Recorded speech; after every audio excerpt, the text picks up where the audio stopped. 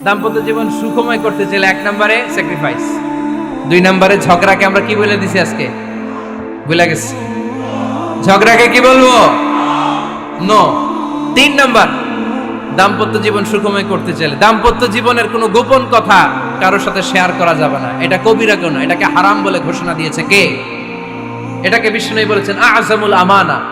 স্বামী স্ত্রীর মধ্যে যে অন্তরঙ্গ মুহূর্ত কাটে, এই মুহূর্তগুলোর কথা কারোর সাথে শেয়ার করা যাবে? নীলফামারীর যুবক ভাইরা চিল্লায় বলে এগুলো শেয়ার করা যাবে? বিষ্ণু বললেন খবরদার, এটা আযমুল আমানা। স্বামীর সবকিছু স্ত্রীর কাছে আমানত, স্ত্রীর সবকিছু স্বামীর কাছে আমানত।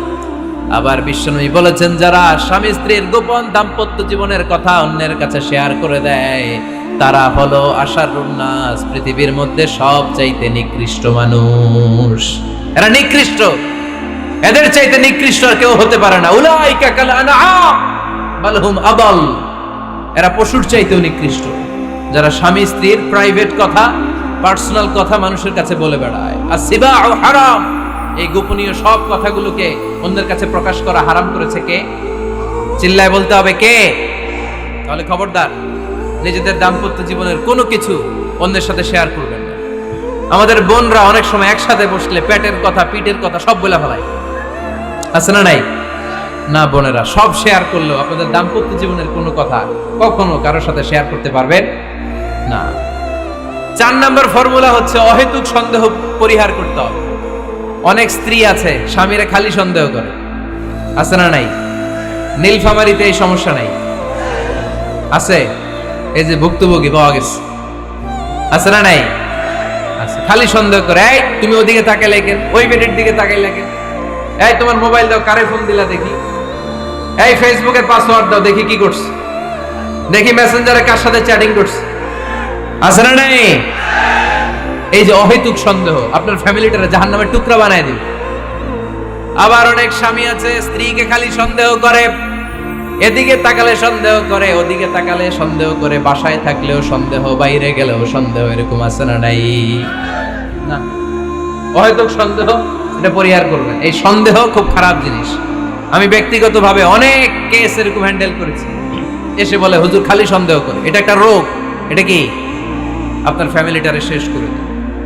এজন্য অহেতুক সন্দেহ পরিহার করবেন। হ্যাঁ, সত্যি যদি পরকীয়ার কোনো ঘটনা ঘটে থাকে ওটা নিয়ে বসেন, ফেস টু ফেস কথা বলেন, ফ্যামিলি মিটিং করেন, সরাসরি সেটেল করার চেষ্টা করেন। কিন্তু অহেতুক সন্দেহ একটা রোগ। এই রোগ থেকে আল্লাহ তুমি দাম্পত্য জীবনকে বাঁচাও। আমরা আওয়াজ করে পড়বো আমিন। 5 নাম্বার, স্বামী স্ত্রী একে অপরকে আল্লাহর বিধান স্মরণ করায় দিবে। স্বামী যদি ফজরের সময় ঘুমায় থাকে, স্ত্রীর ডেকে দেওয়ার দরকার আছে না নাই? আবার স্ত্রী যদি ঘুমায় থাকে, স্বামীর ডেকে দেওয়ার দরকার আছে না নাই? কোন স্বামী যাবে জান্নাতে, তার স্ত্রী যাবে জাহান্নামে। আবার স্ত্রী হবে জান্নাতি, স্বামী যাবে জাহান্নামে। এরকম আমরা চাই নাকি? আমরা যখন জান্নাতে যাব, আমার স্ত্রীর হাত ধরে একসাথে জান্নাতে ঢুকতে চাই, ঠিক কি না? আবার আমার স্ত্রী যখন জান্নাতে যাবে, সে একা ঢুকতে পছন্দ করবে? এজন্য আমরা দুনিয়াতে যেমনি এক ছাদের নিচে, এক জায়গায়, এক বাড়িতে, জান্নাতেও আমরা এক বাড়িতে থাকতে চাই। আওয়াজ করে বলতে হবে ঠিক কি না? এজন্য গবেষকরা বলেছে স্বামী স্ত্রীর ভালোবাসাটাকে তারা বলে লাভ পিরামিড। কি পিরামিড? লাভ পিরামিড। এই ত্রিভুজ আকৃতি। কি রে ভাই? আচ্ছা, লাভ পিরামিড, ত্রিভুজ আকৃতি, ট্রায়াঙ্গেল। আপনারা ত্রিভুজ চিনেন? কথা কয় না। ত্রিভুজের কয় কোণা? কয় কোণা? 3 কোণা। এই যে এরকম, তাই না?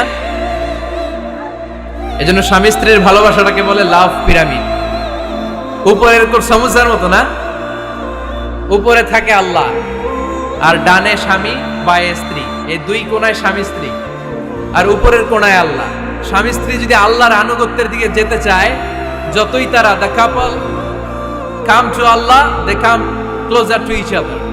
তারা যদি আল্লাহর কাছাকাছি যায়, তারা নিজেরাও কাছাকাছি হয়, ঠিক কি না? তারা আল্লাহর কাছে যেতে যেতে যেতে যেতে আল্লাহর ইবাদতে যদি একেবারে আল্লাহর কাছে চলে যায়, তারা নিজেরাও কাছাকাছি চলে যায়, ঠিক কি না? আর তারা আল্লাহর আনুগত্য থেকে যত দূরে সরে, যত দূরে সরে, তারা নিজেরাও নিজেদের থেকে তত দূরে সরে পড়ে। চিল্লায় বলেন ঠিক কি না? লাভ পিরামিড এটা। এজন্য the closer the couple comes to Allah, the closer the couple comes to each other. Couple স্বামী স্ত্রী আল্লাহর ভালোবাসা নিজের মধ্যে যত গাঢ় করবে, আল্লাহর আনুগত্য যত বেশি করবে, আল্লাহর ইবাদত যত করবে, নিজেরাও তত কাছাকাছি আসবে। আর আল্লাহরে যত ভুলবে, নিজেদের মধ্যে বড় বড় ফারাক করে দিবে কে? তাহলে এই পাঁচটা বিষয় স্বামী স্ত্রীর উভয়ের উপর বর্তায়। এগুলো মেনে চললে দাম্পত্য জীবনকে সুখময় করে দিবে কে? আল্লাহ। এবার আমরা শুনবো আমাদের বোনদেরকে, যে ডান দিকে আমি শুনলাম আমাদের বোনদের বিশাল প্যান্ডেল আছে না নাই? আচ্ছা, আজকে বোনদের দিয়ে শুরু করি। স্ত্রীদেরকে আল্লাহ কি দায় দায়িত্ব দিয়েছে একটা ফ্যামিলিকে সুন্দর করতে, একটা দাম্পত্য জীবনকে সুন্দর করতে? স্ত্রীর এক নম্বর দায়িত্ব হচ্ছে she should make a comfort to her husband. স্ত্রীর উচিত স্বামীর জন্য ঘরটাকে প্রশান্তির নীড় বানিয়ে রাখা। কি বানিয়ে রাখা? প্রশান্তির নীড়। স্ত্রী হওয়া উচিত এমন যাকে দেখলে স্বামীর চোখ জুড়ায়, স্বামীর প্রাণ জুড়িয়ে যায়, স্বামীর হৃদয়টা ঠান্ডা হয়ে যায়, ঠিক কিনা? আর স্ত্রীর দিকে তাকালে যদি মেজাজ গরম হয়ে যায়, মেজাজ খিটখিটে হয়ে যায়, ঝামেলা আছে না নাই? ঝামেলা আছে।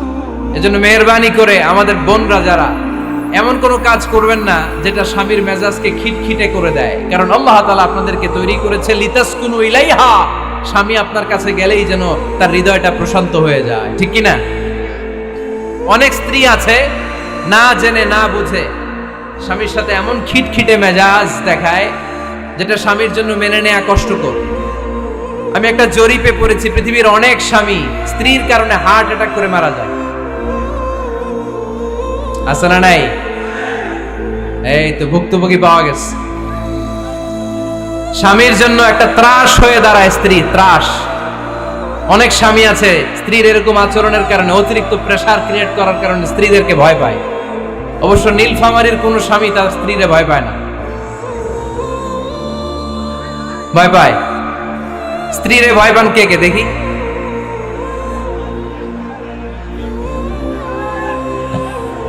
ভয় পান আপনারা? ভয় পান? হ্যাঁ,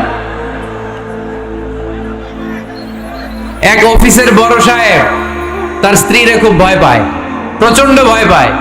তো সে মনে মনে ভাবলো, দেখি আমার অফিসের যারা স্টাফ আছে, ম্যানেজাররা আছে, এরা কতটুকু ভয় পায়, এরা ভয় পায় কিনা।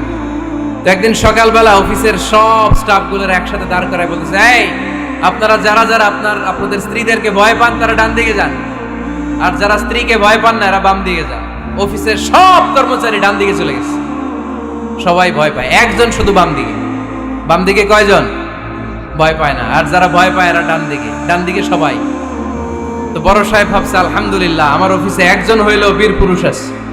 তো বীর পুরুষের কাছে যেয়ে বলে, ঘটনা কি, আপনি মোটেও ভয় পান না?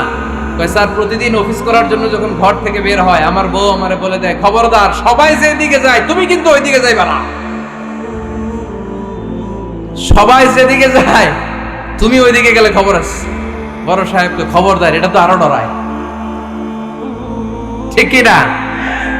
এজন্য বোনদেরকে বলবো, লিতাসকুনু ইলাইহা, এমন ভাবে আপনি আপনার স্বামীর সামনে নিজেকে প্রেজেন্ট করেন যাকে আপনাকে দেখলে আপনার স্বামীর চোখ জুড়িয়ে যায়, হৃদয়টা প্রশান্ত হয়ে যায়, আপনাকে দেখলেই আপনাকে ভালোবাসতে মনে চায়, ঠিক কিনা? এজন্য রব্বুল আলামিন বলেন, আমি নারীদেরকে তৈরি করেছি লিতাসকুনু ইলাইহা, যেন পুরুষেরা স্ত্রীদের সংস্পর্শ যখন পায় পুরুষদের হৃদয়টারে প্রশান্ত করে দেয় কে?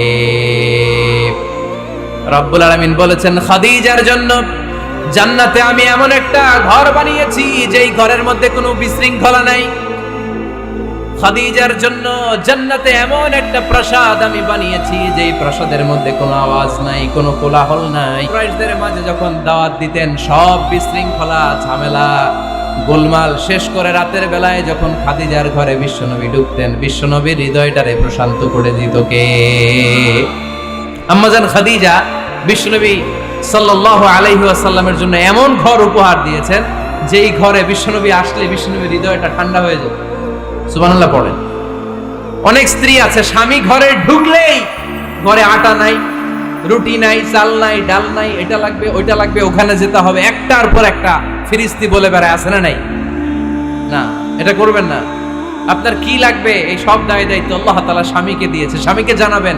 তবে ধীরে সুস্থে, ধীরে সুস্থে স্বামীর জন্য ঘরটাকে এমন করে রাখতে হবে যেন ঘরে ঢুকলেই স্বামীর হৃদয়টারে প্রশান্ত করে দেয় কে? এজন্য স্ত্রীর প্রথম দায়িত্ব ঘরটারে প্রশান্তির নীড় বানানো। এখানে কি আবার কি